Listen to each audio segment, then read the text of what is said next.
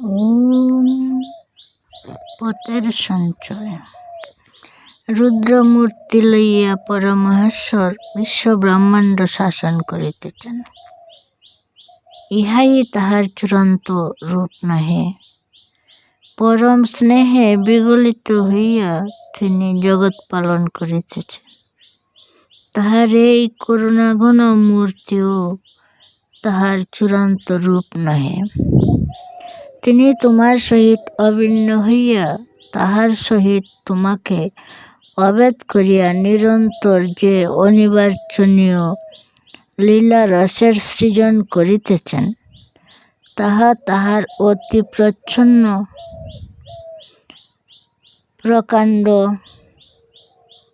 রূপ।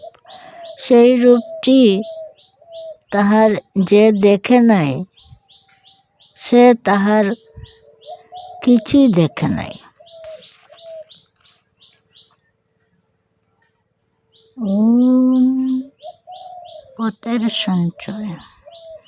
রুদ্রমূর্তি লইয়া পরমেশ্বর বিশ্ব ব্রহ্মাণ্ড শাসন